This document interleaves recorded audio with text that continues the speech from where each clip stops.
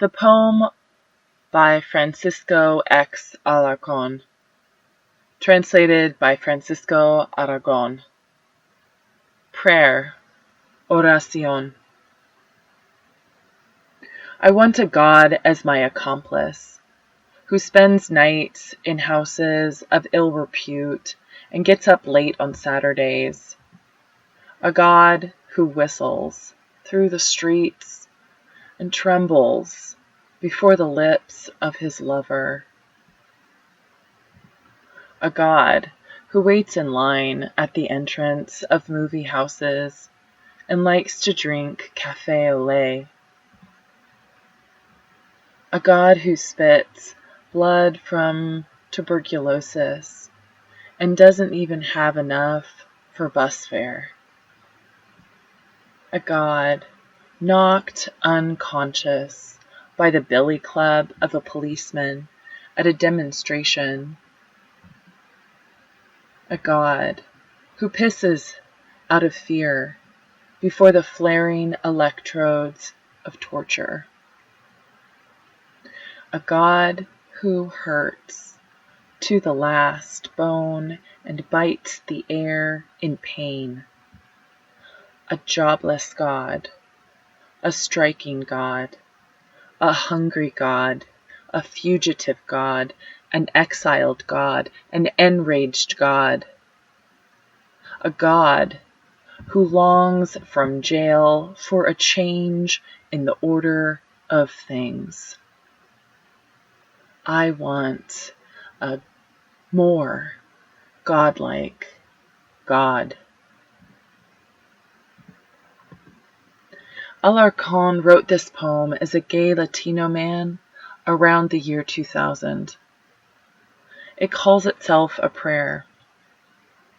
The poem surprises because it claims an identity and then subverts our expectation of what that identity is.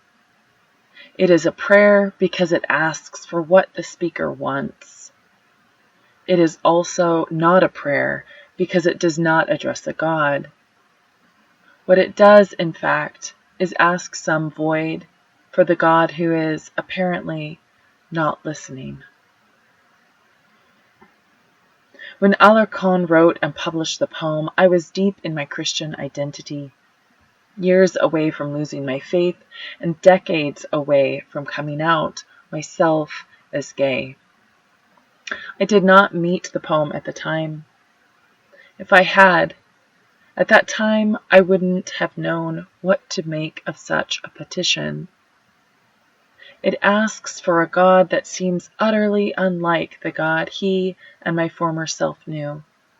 The traditional Judeo-Christian God, who wouldn't have stooped so low as to not have bus fare, or piss himself, or admit the world was sometimes a shitty place to be.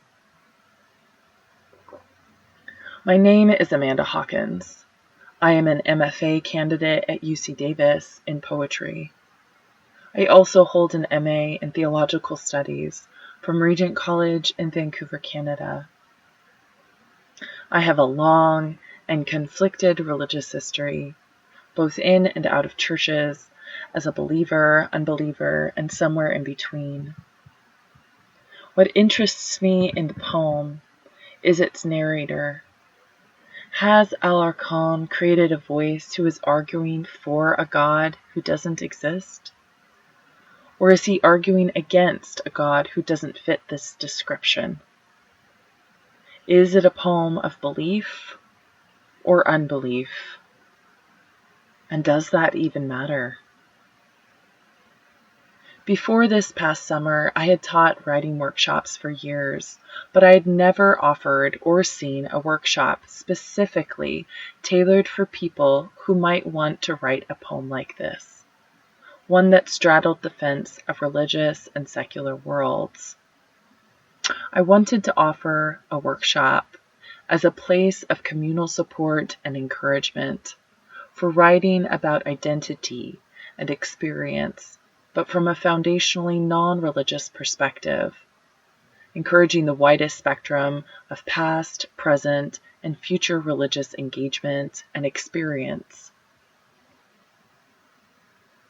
The class that developed Full Spectrum Queer Religious Histories writing workshop was intimate and conversational, and our histories and identities were many.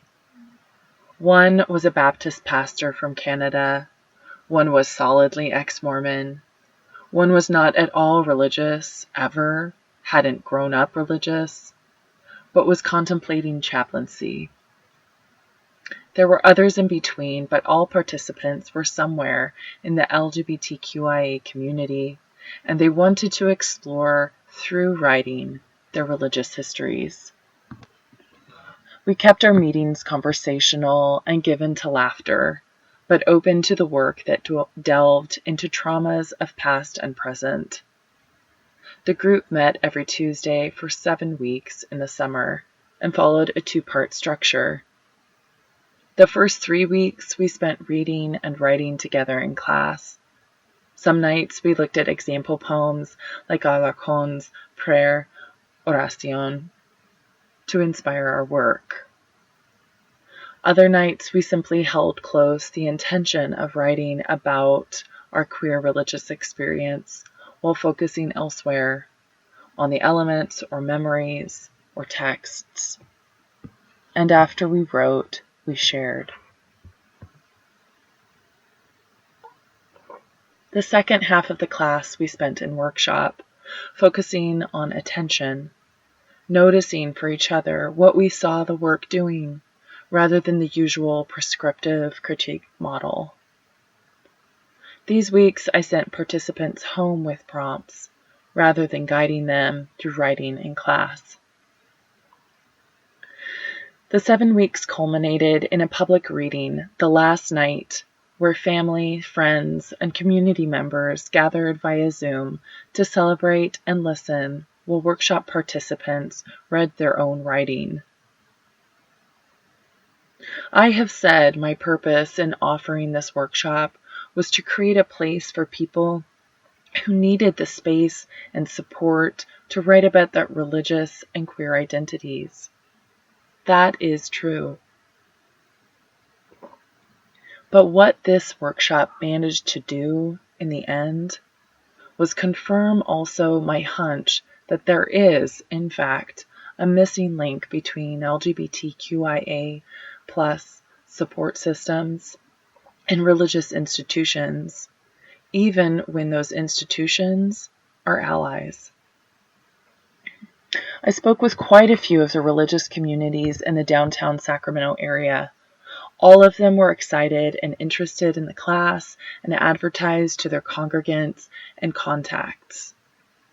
They were excited because they had never heard of such an offering, and though they were willing, there weren't any structures in place to connect all these allied organizations to each other. The truth is, I was only able to devote the time and effort I did to the workshop because of the support of the Mellon Public Scholars Program. And even then, I had to cut down what I could do.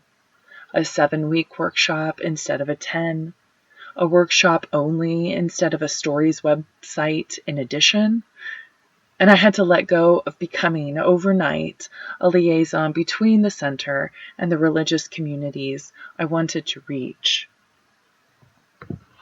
In fact, if there was one thing I learned most in the whole process of preparing for and leading this workshop, it was that these kinds of community-engaged projects take an enormous amount of time and reflection, slow, quiet, deliberate listening time to really do the work fully and well. But that, in the end, it is a pursuit that may be the most worthwhile. Many, many thanks to the Sacramento LGBT Community Center for hosting this pilot class. Thank you also to Marcy Basila for being open to the idea and helping with logistics, to Erica Cole Arenas and Stephanie Moroney for their leadership and wisdom, to the latter who encouraged me to pursue the creative project, and read a draft of my proposal in the first place. And to Archana Venkatesan for her incredible insight and direction while mentoring me in the process. Finally, thank you to the Mellon Public Scholars Program, whose funding and support scaffolding allowed me to devote the time and reflection needed to do this subject and class justice. I am eternally grateful.